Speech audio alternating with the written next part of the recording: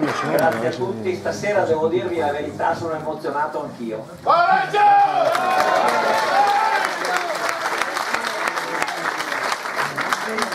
Sento veramente il calore di questa sala e poi sono onorato per le autorevoli presenze di sindaci.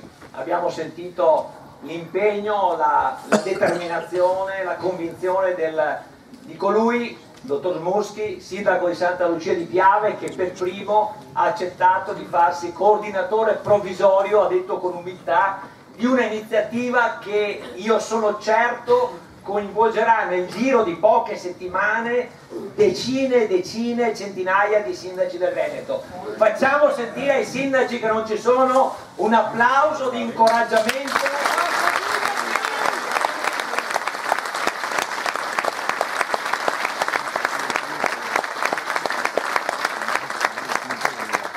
Senza togliere nulla ai tanti autorevoli ospiti, io mi sento di fare il nome del dottor Tomat, che è stato rappresentante della categoria degli imprenditori di una delle province più importanti del Veneto e del Veneto stesso, e quindi che sia qui ad ascoltare in un angolo in piedi ci onora, perché vuol dire che c'è una parte dell'imprenditoria.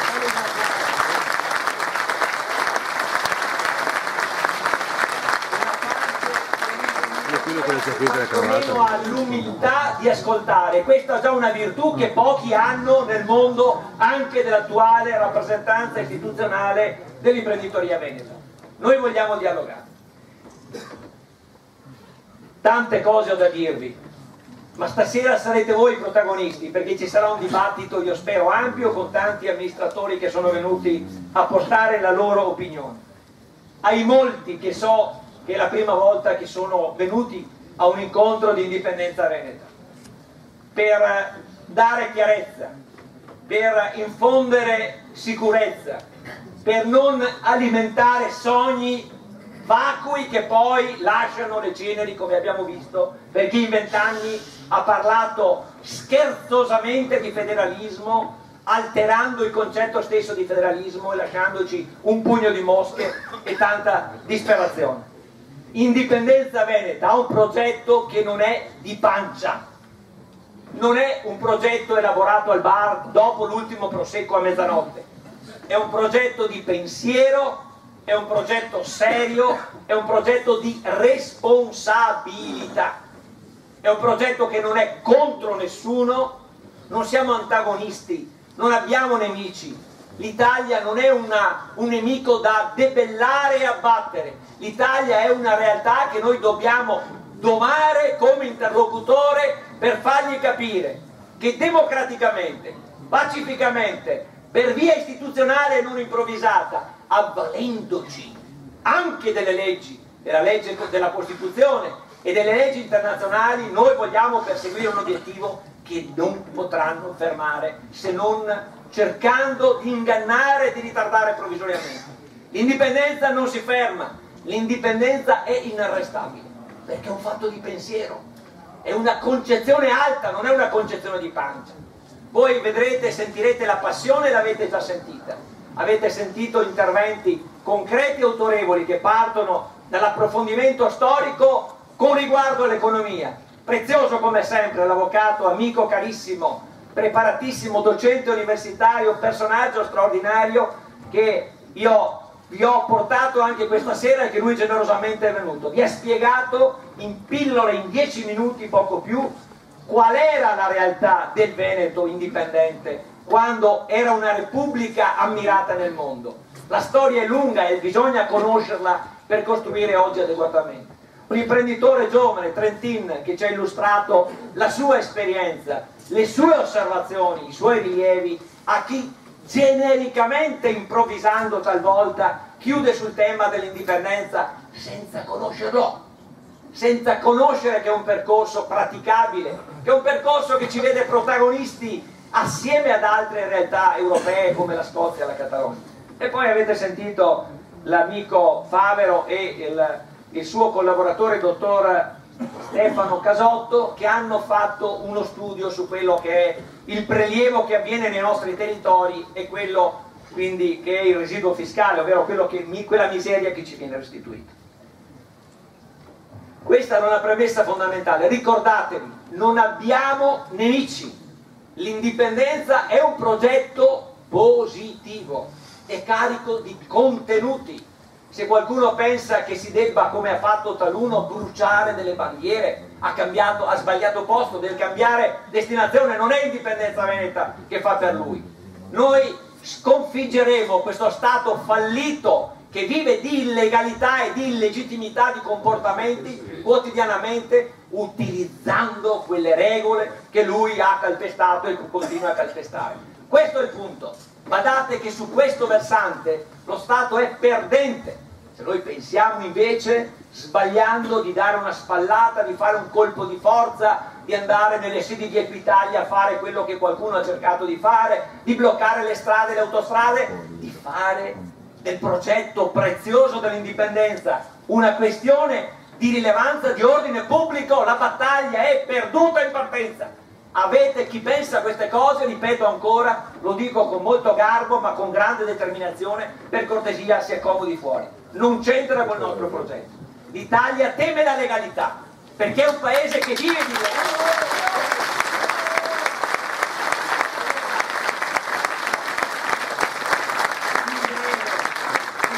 Perché sono molte le cose che vorrei dirvi. Oggi dobbiamo valorizzare quella credibilità che con grande impegno, grazie agli oltre 5.000 militanti di Indipendenza Veneta, alla presenza capillare sul territorio, a migliaia di gazebo, a oltre 100.000 firme raccolte con la calura estiva di Ferragosto, col freddo rigido dell'inverno, tutti i giorni lavorativi, i giorni di mercato, giorni festivi, dai nostri grandissimi militanti, ai quali vi chiedo di fare un applauso perché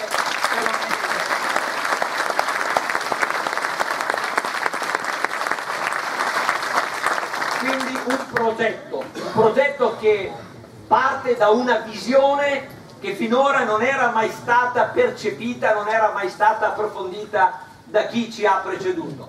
E qua mi riferisco inevitabilmente anche all'attuale governatore, al quale vogliamo bene umanamente, ma politicamente lo sentiamo troppo debole, non crede all'indipendenza, perché evidentemente dopo l'esperienza di ministro a Roma si è affievolito il suo animo che riguarda il territorio veneto. E allora io ripeto, per darvi qualche input, oggi abbiamo fatto una conferenza stampa in regione, abbiamo detto cosa fare di fronte a questo scenario, che cosa fare? Allora intanto abbiamo guardato la realtà che ci contraddistingue in questi giorni. Abbiamo già 3 candidati alla guida della regione, sono Luca Zaia per la Lega Nord, c'è la Moretti per il PD e l'area di sinistra pare, e c'è Jacopo Berti per 5 Stelle. Che cosa caratterizza, chiedo a voi, questi 3 personaggi? La sedia. Oh, no, non siate superficiali. Io voglio che chi è venuto per la prima volta stasera ad ascoltarci non percepisca né la pancia, né la superficialità, né l'improvvisazione. Noi vogliamo dare credibilità, serietà, perché vogliamo che la gente rispetti quello che stiamo facendo e soprattutto ci segua e capisca che è la strada giusta. Mai superficialità, non abbiamo velleità di essere giudici degli altri, però fotografiamo la realtà quale essa è. I 3 candidati che vi ho detto si caratterizzano per un denominatore comune. Tutti e 3, declinandolo variamente, parlano di autonomia. Tutti e 3 hanno dimenticato il tema dell'indipendenza. Tutti e 3 pensano che il tema dell'indipendenza non sia quello risolvente, come invece riteniamo noi. E allora o confondono l'indipendenza con l'autonomia, o è comodo usare per taluno di costoro, ed è uno solo e sapete a chi mi riferisco, la parola, il tema dell'indipendenza quando chi passa un microfono sotto la bocca e quindi dice io sono per l'indipendenza, poi però con una legge che gli abbiamo portato noi, scritto, presentato, sostenuta da 182 consigli comunali che hanno votato l'ordine del giorno, da 4 consigli provinciali che rappresentano oltre 3 milioni e mezzo di cittadini veneti, da oltre 100.000 firme, come dicevo prima, il Consiglio regionale è stato costretto il 12 giugno a votare questa legge. E prima vi ricordate che erano intimoriti perché grandi giuristi luminari, colleghi di Renzo Fogliatta, costituzionalisti di varie università del Veneto e altrove, che dicevano: attenzione, se solo discutete della legge 16 sul quesito dell'indipendenza, una consultazione di democrazia diretta, incorrerete nel rischio di scioglimento del Consiglio regionale ai sensi dell'articolo 126 della Costituzione. Tutti terrorizzati. Io sono andato in audizione, Gigi, in Consiglio regionale, perché hanno avuto a un certo punto il dubbio di sentiamo cosa dicono quelli indipendenti. E siamo andati in audizione e io ho spiegato che il meccanismo di scioglimento del Consiglio regionale sarebbe una cosa senza precedenti. Che dicevo scherzosamente: ma ragazzi, non spaventatevi, perché voi pensate che il 126 esiste per tutte le realtà italiane, no? La Calabria, vi dicevo, ha il bilancio orale e nessuno mai ha pensato, orale vuol dire a voce, che nessuno mai ha pensato di togliere quel Consiglio regionale. La Sicilia, gli ho detto, ha 3 presidenti, gli ultimi, in collegio. E quindi allora dico, hanno avviato il 126 per lo scioglimento. Voi, dico, vi peritate, vi mettete in testa di votare una legge per far votare i veneti, quindi esercitare un atto di democrazia, di manifestazione del pensiero, articolo 21 della Costituzione, e vi intimoriscono dicendo che se lo fate sciolgono il Consiglio regionale. Dovreste essere orgogliosi di avere una minaccia del genere e affrontare un avversario.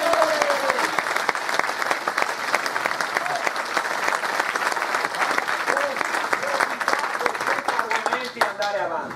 E poi questa cosa evidentemente se la sono lentamente guardate, avevano fior di pareri in questo senso.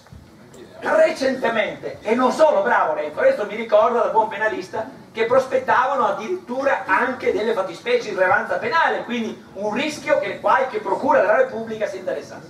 Morale della favola, per farla breve ed essere concreto, chiedo a voi, ma ho chiesto anche a loro recentemente, avete visto, dico, che avevano cercato di beffarvi con una finzione? Perché se fosse stato vero quello che avevano detto, per coerenza, una volta approvata la legge il 13 giugno, doveva partire a livello istituzionale un'azione di applicazione dell'articolo 126 della Costituzione, di denuncia alla Procura della Repubblica e quindi mettervi nei guai. Nulla di tutto questo. Nulla di tutto questo. Vuol dire che questo è uno Stato che, oltre ad essere vivere di illegalità, perché le leggi sono quasi tutte legittime, bleffa anche. E noi che abbiamo un progetto così grandioso di democrazia, legittimo sul piano interno e internazionale, per le ragioni che stasera non vengo ad illustrarvi, anche se mi piacerebbe alle autorità, agli imprenditori che per la prima volta sono presenti stasera, di poterlo illustrare. Viviamo della legittimità.